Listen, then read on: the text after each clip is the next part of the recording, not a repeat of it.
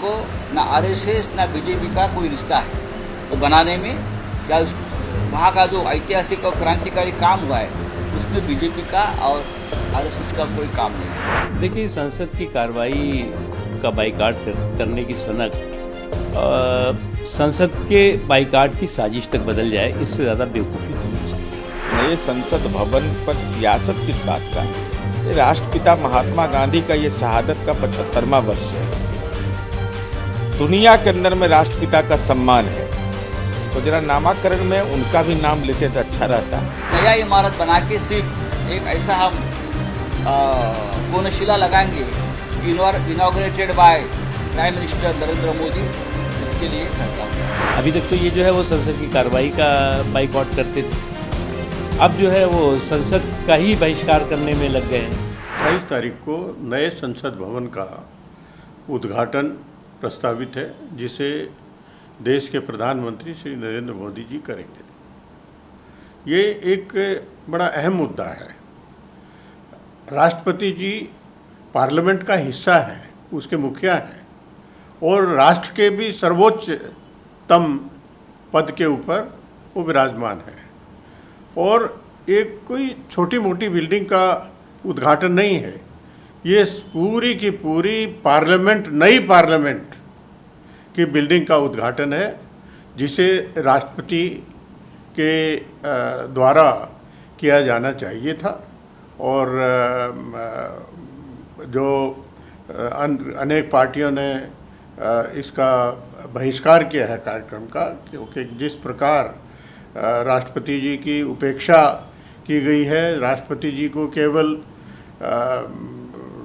राजनीतिक रैलियों में नाम लेके और आदिवासी समाज को आगे बढ़ाने का एक प्रतीक के रूप में प्रोजेक्ट किया जाना, ये अत्यंत दुर्भाग्यपूर्ण है। और मैं समझता हूँ कि ऐसे कार्यक्रम से अपनी अप्रसन्नता व्यक्त करते हुए अलग हो जाना चाहिए। सबसे पहला ये सवाल हमने भी उठाया था सेंट्रल विस्टा प्रोजेक्ट के बारे में, कि देश की आर्थिक स्थिति खराब है, फिर भी लाखों करोड़ों रुपया, सैकड़ों करोड़ रुपया खर्चा करके जिस तरह से प्रोजेक्ट को सिर्फ प्रधानमंत्री की इच्छा के लिए बनाया, क्या उसकी जरूरत थी? आज जो देश की संसद की इमारत है, पार्लियामेंट हाउस है, वो और 100 साल चल सकती है।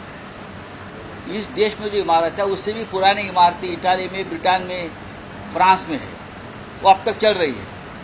तो हमको इतनी क्या जरूरत पड़ी? ये इसलिए पड़ी कि ये संसद भवन ऐतिहासिक है। इस संसद भवन को ना आरएसएस ना बीजेपी का कोई रिश्ता है तो बनाने में, या वहाँ का जो ऐतिहासिक और क्रांतिकारी काम हुआ है उसमें बीजेपी का और आरएसएस का कोई काम नहीं है। तो एक नया इमारत बना के सिर्फ एक ऐसा हम कोनशिला लगाएंगे, inaugurated by prime minister Narendra Modi, इसके लिए खर्चा हुआ है। लेकिन वो भी ठीक है, लेकिन देश के राष्ट्रपति इस राष्ट्र के संविधान की प्रमुख है। देश की हमारी राष्ट्रपति जो एक आदिवासी महिला है, वो पार्लियामेंट की कस्टोडियन है। आप उनको नहीं बुला रहे, उनको निमंत्रित नहीं कर रहे, उनके हाथों से नए संसद भवन का उद्घाटन करना ये प्रोटोकॉल है, लेकिन आप नहीं कर रहे हो। आप उसका एक पॉलिटिकल इवेंट कर रहे हैं, प्रधानमंत्री के हाथों से उद्घाटन करेंगे। इसलिए इस देश के सभी अपोजिशन पार्टी ने निर्णय लिया है कि हम उस कार्यक्रम के ऊपर बहिष्कार करेंगे और उस बहिष्कार में शिवसेना भी शामिल है। सभी लोगों से बात हुई है हमारी, और हम लोग जो है इसका हम लोग विरोध करेंगे, बॉयकॉट करेंगे। तो पहला सेशन है, हम लोगों का मानना है कि राष्ट्रपति जी जो हैं उनसे जो है उद्घाटन कराना चाहिए था, क्योंकि पार्लियामेंट के जो हेड होते हैं एक तरह से वो राष्ट्रपति ही होते हैं, और उनसे ना करा करके ये कहीं ना कहीं से राष्ट्रपति जी का अपमान जो है वो किया जा रहा है। तो हम लोग चाहते हैं कि पहला जो सेशन जो है, जो उद्घाटन जो भी हो रहा है, इसका सभी विपक्ष के दल मिल करके जो है बॉयकॉट कर। यहाँ इस देश के सबसे बड़े मंदिर की बात हो रही है, इस संविधान के सबसे बड़े मंदिर जिसका हेड राष्ट्रपति है। तो ये वही वाली बात हो गई कि कंपनी का ओनर जो है, जो इस पूरे देश का ओनर है, उसको ना छोड़ के एक सेकंड स्टैंड पे खड़े हुए व्यक्ति अपने आप को करना चाहता है तो करे।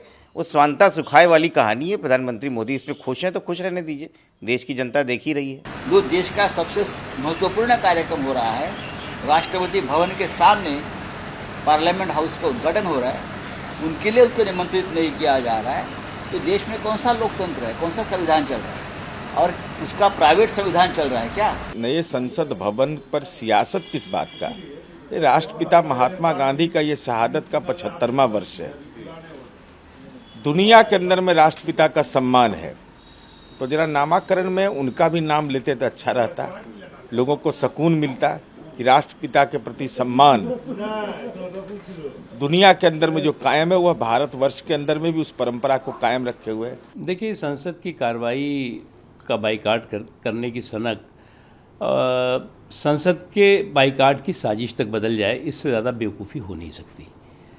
संसद जो है वो किसी सरकार की नहीं होती, किसी पार्टी की नहीं होती, ये देश की है और देश के लोकतंत्र का मंदिर है।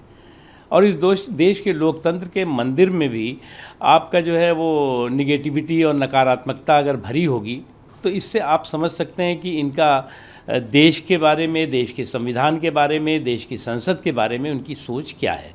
कुछ दिनों पहले कांग्रेस पार्टी के एक नेता ने किस तरह से संसद और संसदीय मर्यादाओं की धज्जियाँ उड़ाई थी विदेश में बैठ करके।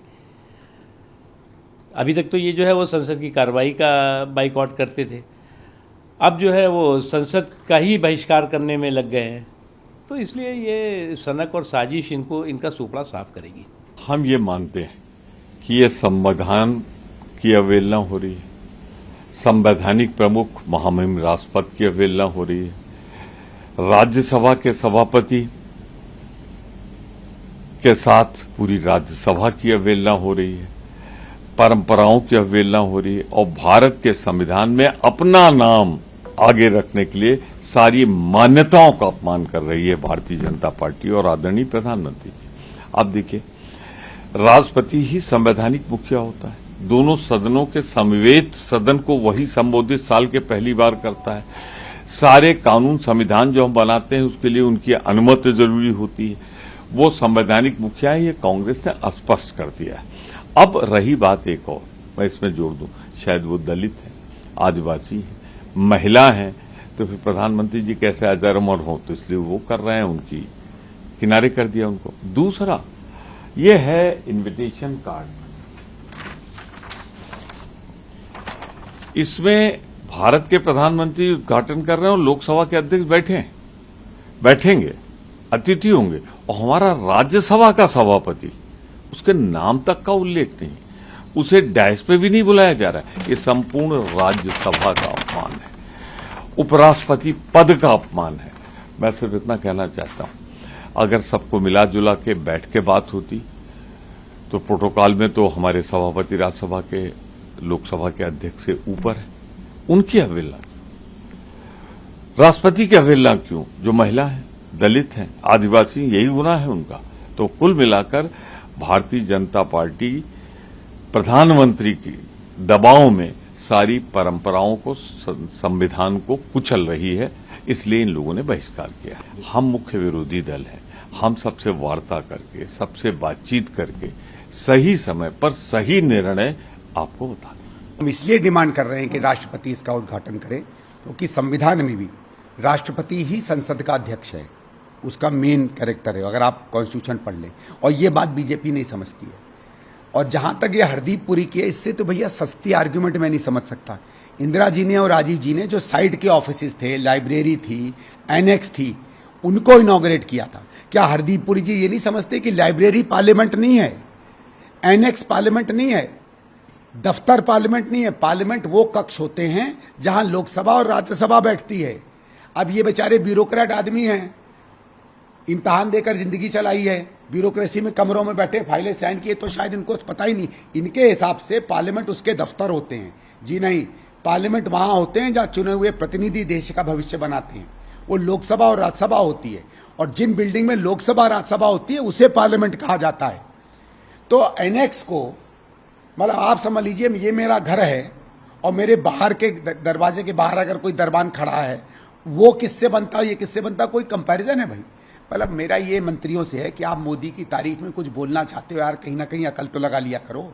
अगर आप लाइब्रेरी को और खाना खाने वाली होटल को और अधिकारियों के बैठने के दफ्तर को पार्लियामेंट बोल सकते हो, तो फिर आपकी परिभाषा पार्लियामेंट की क्या है वो आप ही जानो। हमारी सीनियर लीडरशिप लेगी। मेरा पर्सनल व्यू तो ये है कि राष्ट्रपति की गरिमा को सर्वोपरि रखते हुए, राष्ट्रपति के प्रति सम्मान को सर्वोपरि रखते हुए हमें ऐसे कार्यक्रम में नहीं जाना चाहिए। ये मेरी व्यक्तिगत राय है। विपक्ष की एकता का सबसे प्रबल पक्षधर है। अधिकांश विपक्षी दलों ने 28 तारीख के कार्यक्रम से दूरी बनाने का फैसला किया है। जनता दल यूनाइटेड सभी विपक्षी दलों के साथ है और हम 28 तारीख को उस कार्यक्रम का हिस्सा नहीं होंगे। केंद्र की बीजेपी सरकार द्वारा नए संसद भवन के उद्घाटन में समाजवादी पार्टी हिस्सा नहीं लेगी, क्योंकि बीजेपी के लोग संविधान की मूल आत्मा को मार रहे हैं। न लोकतंत्र मान रहे हैं, न लोकतांत्रिक नियमों को मान रहे हैं, जाति जनगणना नहीं कराना चाहते, पिछड़े दलितों का आरक्षण खत्म कर रहे हैं, छीन रहे हैं, डाका डाल रहे हैं। जो बीजेपी के लोग सारे संस्थानों को निजीकरण कर रहे हैं, देश के पैसे को निजी हाथों में दे रहे हैं, सौंप रहे हों, चुनाव में धांधली कर रहे हैं, चुनी हुई सरकारों को प्रशासन के द्वारा गिरा करके अपनी सरकार बना रहे हैं, जिस बीजेपी को संविधान पर, लोकतांत्रिक नियमों पर भरोसा नहीं है, उनके नेताओं के द्वारा किए जा रहे संसद भवन में समाजवादी पार्टी हिस्सा नहीं लेगी। कुंठित, भ्रष्टाचारी, हताश, निराश नेतृत्व केवल विरोध के लिए विरोध कर रहा है। देश की तरक्की उनसे पच नहीं रही। भारतीय संसद भवन लोकतंत्र का मंदिर है। 135 करोड़ भारतीयों के लिए श्रद्धा का केंद्र है। माननीय स्पीकर साहब ने देश के प्रधानमंत्री और विश्व के सबसे बड़े नेता को वहां निमंत्रित किया है। इस पर तुच्छ दर्जे की राजनीति नहीं होनी चाहिए। स्पीकर साहब कस्टोडियन ऑफ द पार्लियामेंट होता है। कभी भी स्पीकर साहब ने प्रधानमंत्री जी को इनवाइट किया है और इसके साथ ही साथ पार्लियामेंट प्रेमाइसेस में ही पहले प्रधानमंत्री जो थे उन लोगों ने भी बहुत बिल्डिंग वगैरह उद्घाटन की है। तो इसीलिए ये ऐसे कारण लेके एक ऐसा अच्छा कार्यक्रम बाइकआउट करना ये बिल्कुल ठीक नहीं है।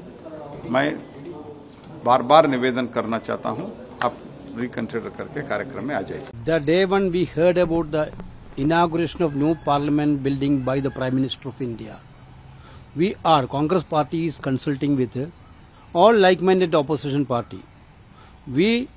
That day itself we given a reaction on this thing. This is actually undermining the President of India.